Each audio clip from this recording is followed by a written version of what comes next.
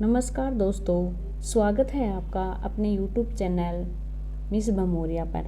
तो दोस्तों, आज हम आपको एक शिक्षाप्रद कहानी सुनाने जा रहे हैं जो कि आपको बहुत ही अच्छी लगेगी। तो आप ये वीडियो अंत तक ज़रूर देखना, स्किप बिल्कुल भी मत करना। तो चलिए सुनाते हैं आपको एक शिक्षाप्रद कहानी। हस्तिनापुर गांव में रहने वाली सरोज के 5 बेटे थे। उसका पति रामू पेशे से एक कपड़ा व्यापारी था। कुछ वर्षों पहले रामू का स्वर्गवास हो गया। समय के साथ सरोज के सभी बेटे जवान हो गए और उन्होंने पिता के कपड़े के व्यापार को एक बड़े उद्योग के कारखाने में बदल दिया। पूरे गांव में उन्हीं के चर्चे हुआ करते थे। अरे वाह, सरोज के 5 बेटों ने मिलकर सरोज का मान ही बढ़ा दिया। पहले तो पिता के कारोबार को इतना बड़ा फैलाया और अब इतना बड़ा घर ले लिया। सही कहा है आपने भैया।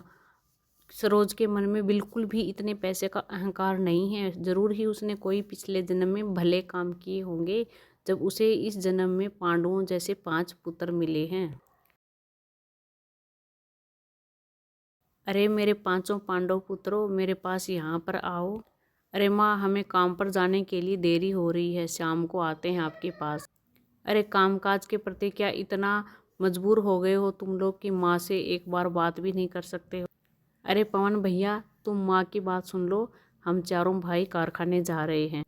अरे ठहरो, मुझे तो तुम 5 बेटों से बात करनी है। ये तस्वीर देखो, मैंने तुम 5 भाइयों के लिए लड़कियां पसंद की है। सभी खानदानी और रईस खानदान की लड़कियां हैं। ऐसे सुनकर 5 भाई एक दूसरे का मुंह ताकने लगते हैं। तभी उसका तीसरा बेटा कहता है, माँ, ऊपर वाले की दया से आपके 5 बेटे अपने पैरों पर खड़े हैं।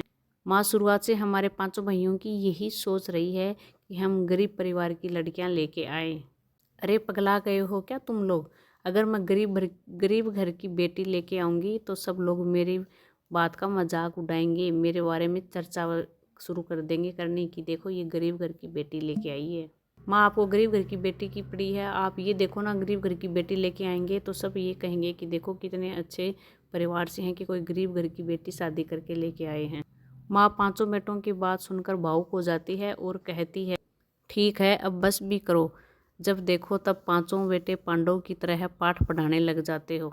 गरीब घर की बेटियों का ही बसेरा बनेगा यहाँ पर।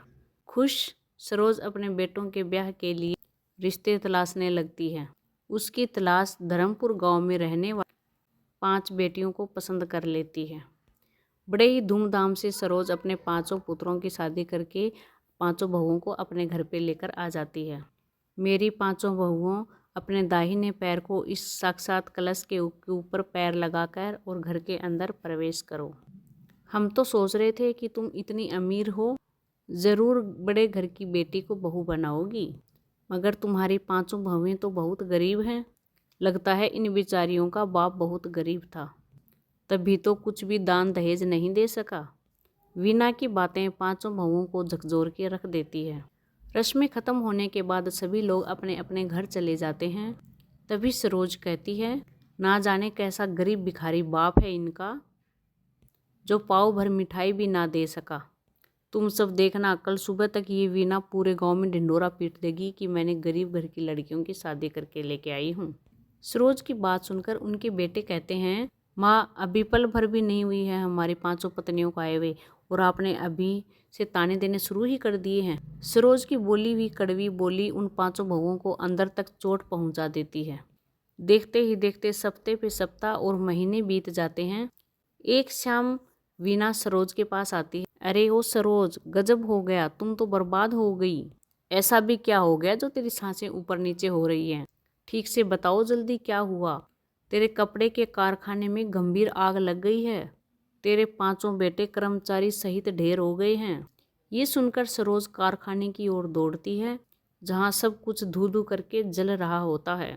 अपने बेटे के शरीर को देख के सरोज स्तब्ध रह जाती है, क्योंकि उन 5 बेटों की मौत उसको बहुत गहरी सोच में डाल देती है। ऐसे ही समय बीत गया। सरोज अपने बेटों की याद में खोई हुई रहती है कि तभी उसके सीने में जोर से दर्द होता है।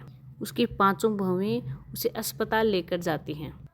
देखिए ना, इनके ब्लॉकेज हुई है, अब इनकी ना सर्जरी होना बहुत ज़रूरी है और इसके लिए तकरीबन 10 लाख का खर्चा आएगा।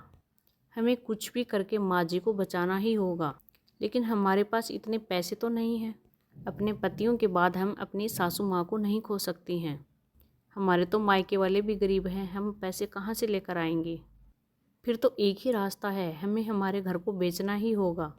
वो पांचों अपने घर को बेच देती हैं और सरोज का इलाज करवा देती हैं।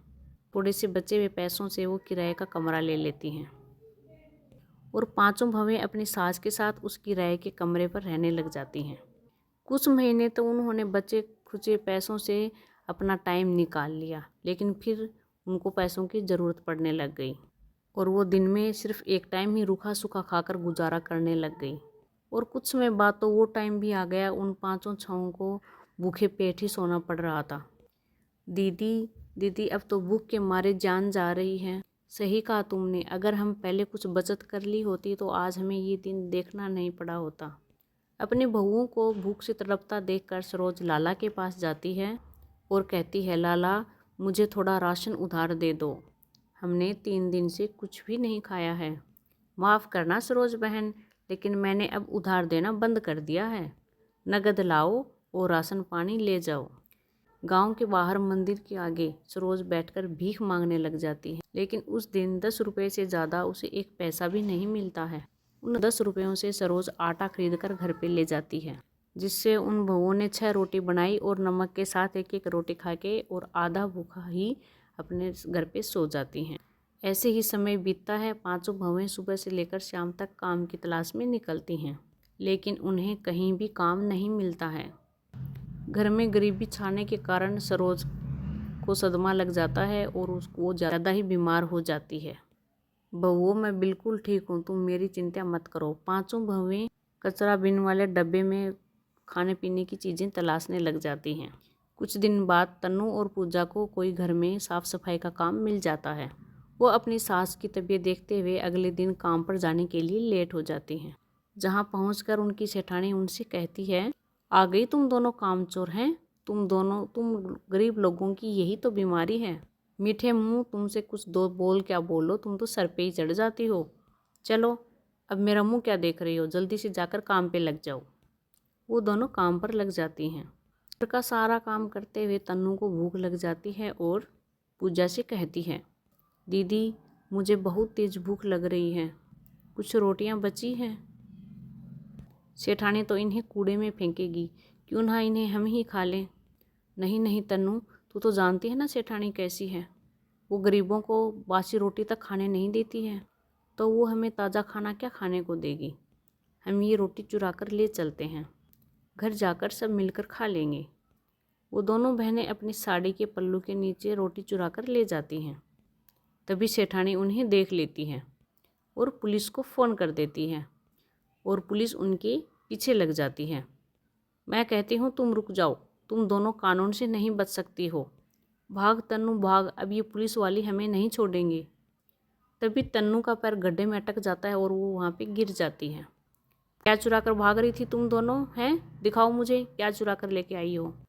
पुलिस मैडम उनसे वो हाथ में से थैला लेती है और जैसे ही उस थैले में देखती है और वो हैरान रह जाती है। उसमें कुछ रूखी सूखी रोटी होती है, जिसे देख वो पुलिस वाली उनसे पूछती है, मुझे लगा तुम दोनों पैसे या गहने चुरा कर भागी होगी, लेकिन तुमने ये रोटियां क्यों चुराई हैं?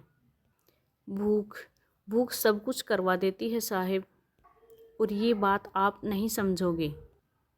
तन्नू और पूजा की आंखों में आंसू आ जाते हैं और वो फिर अपनी दुख भरी कहानी पुलिस वालों को बताती है। उन दोनों की कहानी सुनकर पुलिस का मन पसीज जाता है और उनको उन पर दया आ जाती है। ये लो, तुम कुछ पैसे लो और इनसे कुछ काम शुरू कर लेना। पुलिस वाले उनकी कुछ मदद करते हैं और उन्हें कुछ खाना खरीद कर दे देते हैं। वो खाना लेकर घर जाती हैं और पेट भरकर सारी बहुएं अपनी सास के साथ बैठकर खाना खाती हैं। आज भी हमारे देश में कई ऐसे लोग हैं जो भूख की तड़प से दम तोड़ देते हैं। उनको खाने